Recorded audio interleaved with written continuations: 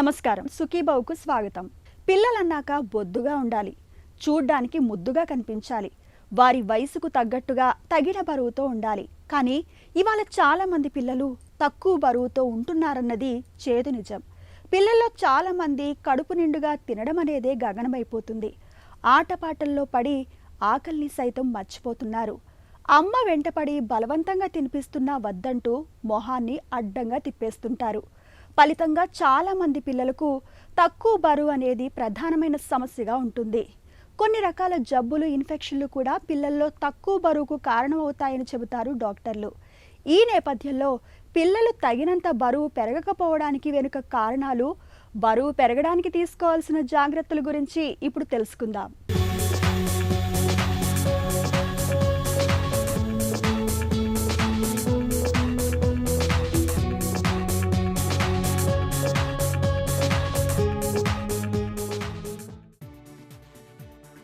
బాల్యం నిత్య వసంతం లాంటిది. చిన్నారులలో ఎదుగుదల స్పష్టంగా కనిపించేది ఈ బాల్యంలోనే. తల తిప్పడం, నవ్వడం, ముఖాన్ని గుర్తించడం, కూర్చోవడం, నిలుచోవడం, అమ్మా నాన్న అని పలకడం, సొంతంగా తినడం, రకరకాల ఆట వస్తువులతో ఆడుకోవడం, ఇలా చిన్నారుల్లో ఎదుగుదల మార్పులన్నీ మనకు విస్పష్టంగా కనిపిస్తాయి. పిల్లల్లో ఈ మార్పులన్నింటిలో కూడా తల్లిదండ్రుల్ని బాగా కలవరపెట్టే అంశం పిల్లలు వారి వయసుకు తగ్గట్టుగా తగినంత బరువు పెరగకపోవడం. ఇవాళ మనలో చాలామంది తల్లిదండ్రులకు ఇదో పెద్ద ఆరాటంగా మారిపోతుంది.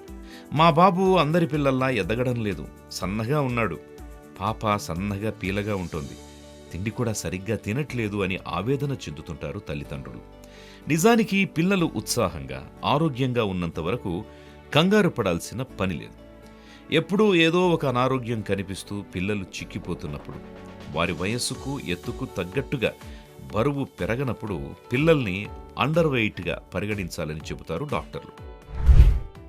పిల్లల బరువు అంటే దానిలో చాలా థింగ్స్ మనం ఆలోచించాల్సినవి ఉంటాయండి. ఒకటేమో పేరెంటల్ యాంగ్జైటీ, అంటే మదర్స్కి మెయిన్గా ఏంటంటే వాళ్ళ పిల్లలు బాగానే ఉండొచ్చు, ఫీడింగ్ ఇది బాగానే తీసుకుంటూ ఉండొచ్చు, కానీ వాళ్ళకి ఒకటప్పుడు సాటిస్ఫాక్షన్ లేకపోవడం వలన ఇంకా సరిగా తింటలేదేమో, ఇంకా ఫీడింగ్ అది ఇంకా సరిగా తీసుకోవాలేమో, అందువలన ఎప్పుడు అలా సన్నగా ఉంటున్నాడు, బరువు పెరగట్లేదు అని ఎక్కువ మంది మదర్స్లో కొంచెం ఇది ఉంటుందన్నమాట, ఆలోచన ఉంటుంది.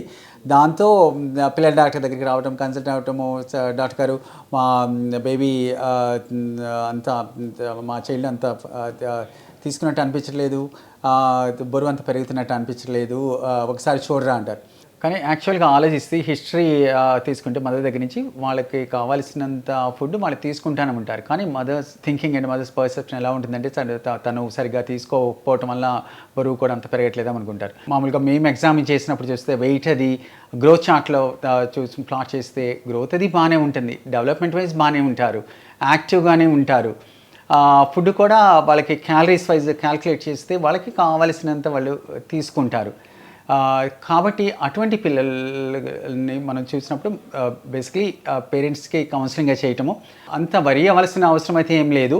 సో అదర్వైజ్ హెల్దీగా ఉండి, అంత క్లినికల్ ఎగ్జామినేషన్ వైజ్ అంతా నార్మల్గానే ఉండి, యాక్టివ్గా ఉండి, వేరే ఇష్యూస్ లేనప్పుడు మనం అంత వరి అవ్వాల్సిన అవసరం ఉండదు. కొంతమందికి జెనెటిక్గా అంటే ఫ్యామిలీస్లోనే వాళ్ళ పేరెంట్స్ దీన్ని బట్టి పేరెంట్స్ వెయిట్ వైజ్ కొంచెం తక్కువ ఉన్న దాన్ని బట్టి కూడా ఒకటప్పుడు జెనెటిక్గా కొంచెం పిల్లలకు కూడా రావచ్చు అనమాట. అదర్వైజ్ యాక్టివ్గా ఉండి హెల్తీగా ఉన్న పిల్లలకి కొంచెం వెయిట్ అది లోయిష్ సైడ్ తక్కువగా ఉన్న డైట్ వైజ్ ప్రాపర్గా అడ్వైస్ చేయటము, వెయిట్ అయితే రెగ్యులర్గా మానిటర్ చేసుకోవటము. సో అంతకన్నా ఎక్కువ టెస్టులు కానీ క్లెయిమ్ చేయాల్సిన అవసరం ఉండదు. అటువంటి పిల్లల గురించి మనం అంత వరి అవ్వాల్సిన అవసరం కూడా లేదు. పిల్లలు వారి వయస్సుకు తగ్గట్టుగా బరువు పెరగకపోవడానికి చాలా కారణాలే ఉంటాయి. సరైన పోషకాహారం లభించనప్పుడు, జంక్ ఫుడ్ని ఎక్కువగా తింటున్నప్పుడు, ఆహారాన్ని తక్కువ తినే అలవాటున్నప్పుడు, ఇలాంటి పరిస్థితుల్లో సహజంగానే పిల్లల బరువు తక్కువగా ఉంటుంది. పిల్లలు కొన్ని ఆహారాలకు, పాలకు అలర్జీ కలిగి ఉంటారు. ఇలాంటప్పుడు పసి శరీరాలు ఆహారాల్లోని పోషకాలను, ప్రోటీన్లను జీర్ణించుకోలేవు. ఈ పరిస్థితి కూడా పిల్లల్లో తక్కువ బరువుకు కారణంగా ఉంటుంది. ఇక పిల్లల్లో థైరాయిడ్ వంటి లోపాలు, ఇతరత్ర జబ్బులు ఉన్నప్పుడు చాలినంత నిద్రలేని పరిస్థితుల్లో పిల్లలు తగినంత బరువు పెరగకపోయే అవకాశం ఉంది. పిల్లలు వారి వయస్సుకు తగ్గట్టుగా బరువు పెరగనప్పుడు అందుకు మూల కారణం ఏంటో ముందుగా తెలుసుకొని తదనుగుణంగా తగిన చర్యలు తీసుకోవాల్సి ఉంటుంది. యాక్టివ్గా ఉండి అదర్ మెడికల్ ఇష్యూస్ లేనప్పుడు, అంటే మనం ఎగ్జామ్ చేసినప్పుడు వేరే విధంగా ఇబ్బందులు లేకుండా, అంటే లంగ్స్ వైజ్ కానీ హార్ట్ వైజ్ కానీ లేకపోతే వేరే విధంగా కానీ వేరే ప్రాబ్లమ్స్ ఏమీ లేకుండా హెల్దీగా యాక్టివ్గా ఉన్నప్పుడు వెయిట్ గురించి అంత ఆలోచించాల్సిన అవసరం లేదు. డైట్ వైజ్ కొంచెం క్యాలరీస్ తక్కువగా తీసుకుంటామంటే కనుక దాని గురించి కొంచెం అడ్వైస్ ఇవ్వటము, డైటరీ అడ్వైస్ ఇవ్వటము, తర్వాత అవసరమైతే కనుక డైటీషియన్తో ఒకసారి మాట్లాడించి వాళ్ళకి దానికి తగినట్టుగా కొంచెం క్యాలరీస్ వెళ్ళేటట్టు చూసుకుంటే సరిపోతుంది. కొంతమంది ఫుడ్ తిన్నా వెయిట్ వైజ్ కొంచెం లోయర్ సైడే కంటిన్యూ అవుతూ ఉంటారు. అది కొంచెం ఫెమిలియల్గా కూడా కొంచెం ఫ్యాక్టర్స్ వలన అట్లా ఉండొచ్చు. తర్వాత ఫీడింగ్ అది తీసుకున్నా ఎదగకుండా ఉంటే కనుక అది చిన్నపిల్లల దగ్గర నుంచి, అంటే ఫస్ట్ 3 months బేబీస్ కావచ్చు, 6 months బేబీస్ కావచ్చు, దాని తర్వాత కావచ్చు, ఫుడ్ తిన్నా ఎదగట్లేదు, తర్వాత ఇంకా వేరే ఇతరత్ర ప్రాబ్లమ్స్ కూడా ఏమైనా ఉన్నాయేమో కనుక్కోవాల్సి వస్తుంది.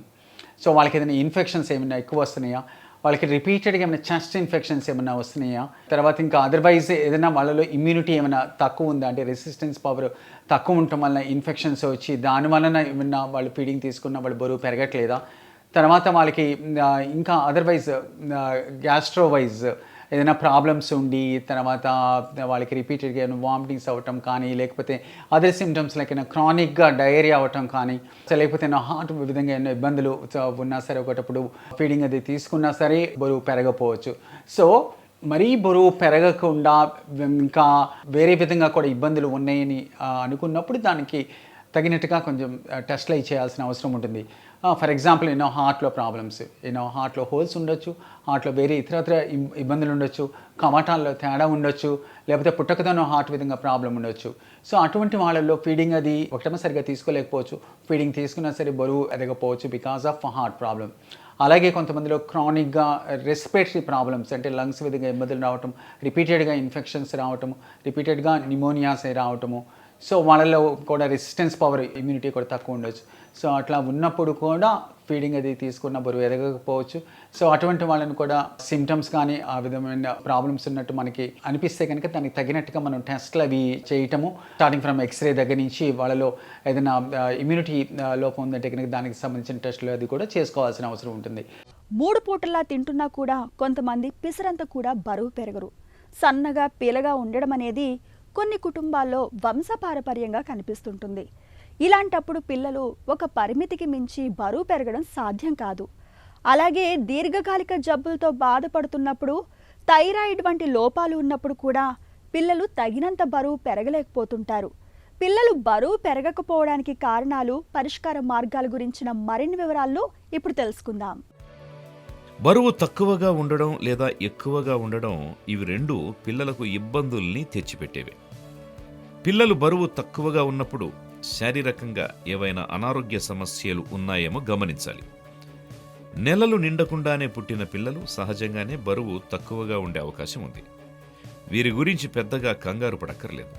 మెల్లమెల్లగా వారే క్రమంగా బరువు పెరుగుతూ వస్తారు. ఇక కొన్ని కుటుంబాల్లో వంశపారంపర్యంగా పిల్లలు బరువు తక్కువగా ఉండొచ్చు. పిల్లలకు వేళకు తినే అలవాటు లేకపోయినా, చాలినంత నిద్ర లేకున్నా పిల్లల వయస్సుకి ఎత్తుకు తగ్గట్టుగా బరువు పెరిగే అవకాశం ఉండదు. అలాగే థైరాయిడ్ సమస్యలు ఉన్నప్పుడు కూడా పిల్లల్లో తక్కువ బరువు అనేది సమస్యగా మారుతుంటుంది.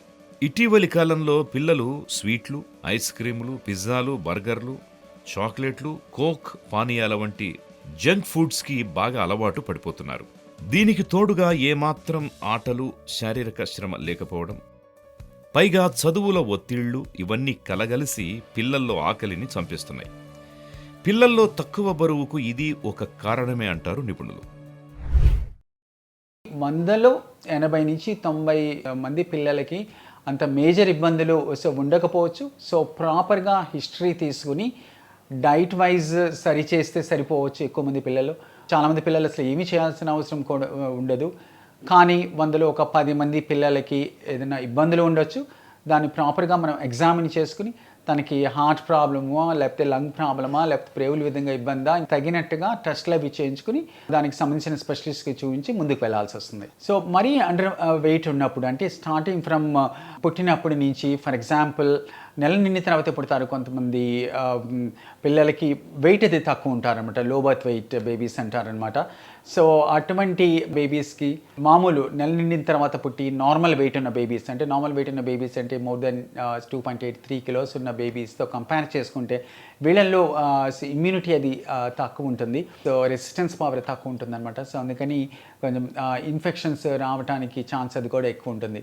అట్లాగే బిగ్గర్ చిల్డ్రన్కి వేరే ఇమ్యూనిటీ వైజ్ ప్రాబ్లం ఉన్న వేరే రకమైన హార్ట్ ప్రాబ్లమ్స్ కానీ లంగ్ ప్రాబ్లమ్స్ కానీ ఉన్నప్పుడు కూడా ఒకటప్పుడు వాళ్ళు ఫీడింగ్ అది తీసుకున్నా బరువు పెరగపోవచ్చు. So basically proper history, detailed clinical examination, దాన్ని బట్టి వాళ్ళకి కావలసిన రిలవెంట్ ఇన్వెస్టిగేషన్స్ చేసి దాన్ని బట్టి మన ట్రీట్మెంట్ పరంగా ముందుకెళ్లాల్సి వస్తుంది. శారీరకంగా బరువు తక్కువగా ఉండటం అనేది పిల్లల్లో అనేక ఆరోగ్య సమస్యల్ని తెచ్చిపెడుతుంది. బరువు తక్కువగా ఉన్న పిల్లల్లో విటమిన్లు, ఖనిజ లవణాల కొరత ఏర్పడుతుంది. యాంటీ ఆక్సిడెంట్ పోషకాలు తగినంత మోతాదులో లభించకపోవడం వల్ల రోగనిరోధక శక్తి బలహీనంగా మారుతుంటుంది. అంతేకాదు, ఎముకలు పెళుసుగా తయారవడంతో పాటు రక్తహీనత అనేది చాలా పెద్ద సమస్యగా మారే అవకాశం ఉంది. ఇక చీటికి మాటికి జలుబు, దగ్గు, ఫ్లూ, జ్వరం వంటి చిన్న చితక ఆరోగ్య సమస్యలు ఏడాది పొడవునా పలకరిస్తూనే ఉంటాయి. ఈ సమస్యల ముప్పు తప్పి ఆరోగ్యంగా ఎదగడానికి పిల్లలు తగినంత బరువు ఉండటం చాలా అవసరం. పిల్లలు తక్కువ బరువు ఉన్నప్పుడు చాలామంది తల్లిదండ్రులు మార్కెట్లో దొరికే రెడీమేడ్ ఆహారాలు, ప్రోటీన్ పౌడర్లను పిల్లలకు పెడుతుంటారు. నిజానికి వీటితో ఫలితం అంతంత మాత్రమే అంటారు డాక్టర్లు. రెడీమేడ్ ఫుడ్స్ ఇవన్నీ చాలా readily available. If you go to the market, రకరకాల ఫుడ్స్, ఇది తింటే హై ప్రోటీన్ డైట్, ఇది తింటే బరువు పెరుగుతారు, దీనిలో హై క్యాలరీస్ ఉంటాయి, దిస్ అండ్ దట్ అంటారు. కానీ వాళ్ళకి ఏది ఇష్టమో రెగ్యులర్గా ఇంట్లో పెట్టే ఫుడ్ వాళ్ళు సరిగ్గా తీసుకుంటే, మదర్ ప్రిపేర్ చేసే ఫుడ్లో అన్ని రకాల ప్రోటీన్స్ ఏంటి, కార్బోహైడ్రేట్స్ ఏంటి, ఫ్యాట్స్ ఏంటి, వైటమిన్స్ ఏంటి, మినరల్స్ ఏంటి, ఐరన్ ఏంటి, అన్నీ ఉంటాయి. మనం దానికోసం మనం స్పెసిఫిక్గా ఒక హై ప్రోటీన్ డైట్ అనో, లేకపోతే వేరే మెడిసిన్లో ఈ ఉంటాయి కాబట్టి బరువు పెరుగుతారనో, లేకపోతే ఆకలి వేసే మెడిసిన్స్ అనో, లేకపోతే వెయిట్ పెరగడానికి యూజ్ చేసే మెడిసిన్స్ అసలు వాడాల్సిన అవసరం ఉండదు. రేర్గా కొంతమంది బేబీస్కి అంటే బాగా వెయిట్ తక్కువ పుట్టిన బేబీస్కి, లేకపోతే తనకి బేబీస్కి పిల్లలు కానీ ఏదైనా ప్రేవుల్లో ఏదైనా ప్రాబ్లము ఉండి దానివలన బరువు పెరగకుండా ఉంటే కనుక ఒకటప్పుడు డాక్టర్ అడ్వైస్తో కొంచెం హై ప్రోటీన్ డైట్, కొన్ని రకాల జబ్బులు ఉన్నప్పుడు మూత్రపిండాలకు సంబంధించిన ప్రాబ్లం కానీ ఇంకా వేరే ఇతరత్ర ప్రాబ్లమ్స్ ఉన్నప్పుడు దానికి సంబంధించిన డైట్ అది ఇస్తాము. దానిలో ఒకటప్పుడు దాని ప్రోటీన్ ఎక్కువ ఉన్న డైటు, కొంచెం ఒకటప్పుడు చిన్న బేబీస్ బరువు పెరిగినప్పుడు కొంచెం హై క్యాలరీస్ ఉన్న మిల్క్ కానీ అట్లా సెలెక్టివ్ కండిషన్స్లో కొంతమంది బేబీస్లో కొంతమంది పిల్లల్లో మనం అది చేయాల్సి వస్తుంది. అది కూడా డాక్టర్స్ అడ్వైజ్, దానికి ఆ పర్టికులర్ చైల్డ్కి అది రియల్గా అవసరం అనుకుంటేనే ఆ టైప్ ఆఫ్ ఫుడ్స్ కానీ దేనికి వెళ్ళాలి. అదర్వైజ్ రెడీమేడ్గా ఉన్న ఫుడ్స్ వలన వాళ్ళకి ఏదో బెనిఫిట్ జరుగుతుంది, దానివల్ల బరువు అలా పెరిగిపోతారన్నది I don't think that's correct. ఇంట్లో పెట్టే డైట్ కన్నా మించింది ఏం లేదు. దానిలో అన్ని రకాల కావలసిన ప్రోటీన్, ఫ్యాట్స్, కార్బోహైడ్రేట్స్ అన్నీ ఉంటాయి, వైటమిన్స్ అండ్ ఆల్, అది తీసుకోవటమే ఉత్తమం. పిల్లలు తగినంత బరువు పెరగనప్పుడు చాలామంది మార్కెట్లో దొరికే రకరకాల ప్రోటీన్ పౌడర్లను, సప్లిమెంట్లను వాడించేందుకు ప్రయత్నిస్తుంటారు. అలాగే పలానా తిండి పెడితే పిల్లలు బొద్దుగా, చూడచక్కగా తయారవుతారని పేపర్లు, టీవీల్లో చూపించే ప్రకటనల్ని నమ్మి వాటిని కూడా పిల్లలకు వాడుతుంటారు. నిజానికి ఇవన్నీ వ్యర్థ ప్రయత్నాలే అంటారు డాక్టర్లు. పిల్లల్లో తక్కువ బరువు గురించిన మరిన్ని వివరాలను ఇప్పుడు తెలుసుకుందాం.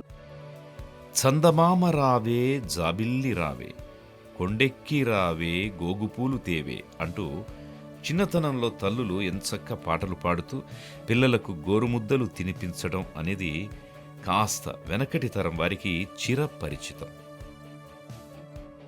ఇప్పుడు అలాంటి కమనీయ దృశ్యాలు కనుమరుగైపోయాయి.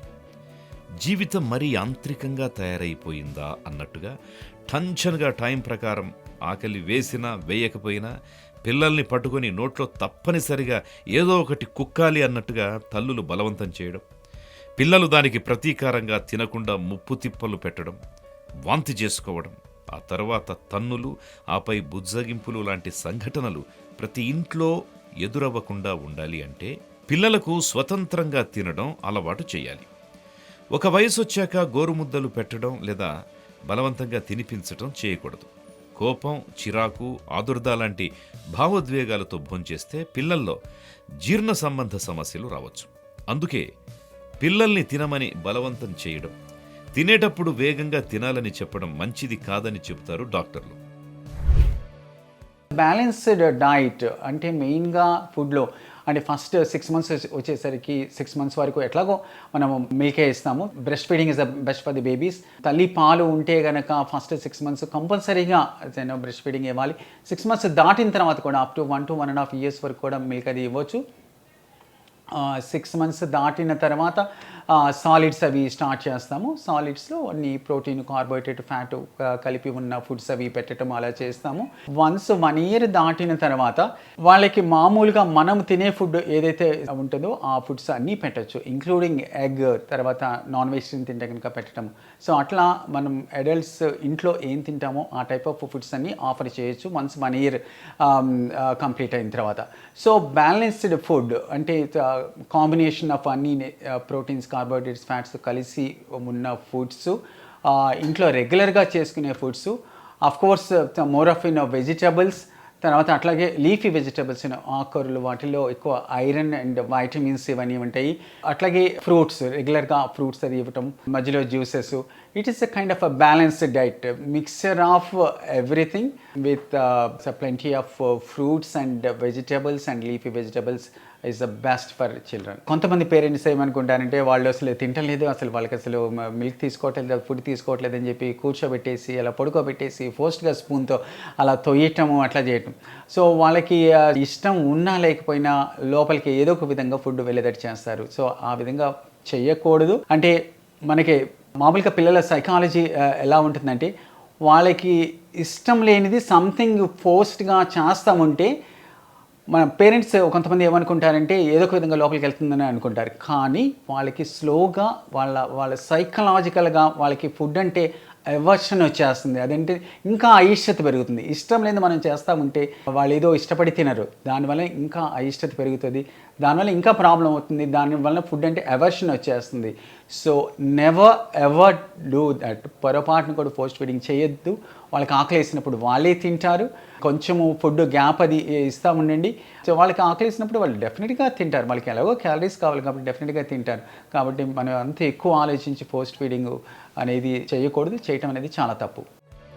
పిల్లల్లో పోషకాహార లోపాలను నివారించడానికి వీలుగా వారికి చిన్న వయసు నుంచే చక్కని ఆహారపు అలవాట్లు అలవడేలా చేయాలి. కుటుంబంతో కలిసి భోజనం చేయడానికి ప్రాధాన్యతనివ్వాలి. ఆహారాన్ని చిన్న చిన్న భాగాలుగా చేసి పిల్లలకు ఇష్టమైన రూపాల్లో తయారు చేసి వడ్డించండి. పిల్లలు తినకపోవడం అనే సమస్య ఉండదు. పిల్లలకిష్టం లేని పదార్థాలను బలవంతంగా పెట్టొద్దు. భోజనం తర్వాత ఏదైనా పండును తినడాన్ని అలవాటు చేయండి. పిల్లల్లో జీర్ణశక్తి చక్కగా ఉండి ఆకలి తగ్గకుండా ఉంటుంది. పిల్లలు తల్లిదండ్రుల్ని రోల్ మోడల్స్గా అనుకరిస్తారు కాబట్టి ఇంట్లో ఎప్పుడు కూడా ఆరోగ్యకరమైన ఆహార నియమాల్ని పాటిస్తూ ఉంటే పిల్లలు వాటిని ఆచరించడానికి ప్రయత్నిస్తారు. చక్కటి సమతులాహారంతో పాటు పిల్లలకు ప్రతిరోజు చాలినంత వ్యాయామము ఉండాలి. రోజుకు కనీసం అరగంటైనా ఏదో ఒక ఆట ఆడుకునేలా వారిని ప్రోత్సహించాలి. ఇలా అన్ని రకాలుగా తగిన జాగ్రత్తలు తీసుకోవడం ద్వారా పిల్లల్లో పోషకాహార లోపాలను చాలా వరకు నివారించవచ్చు.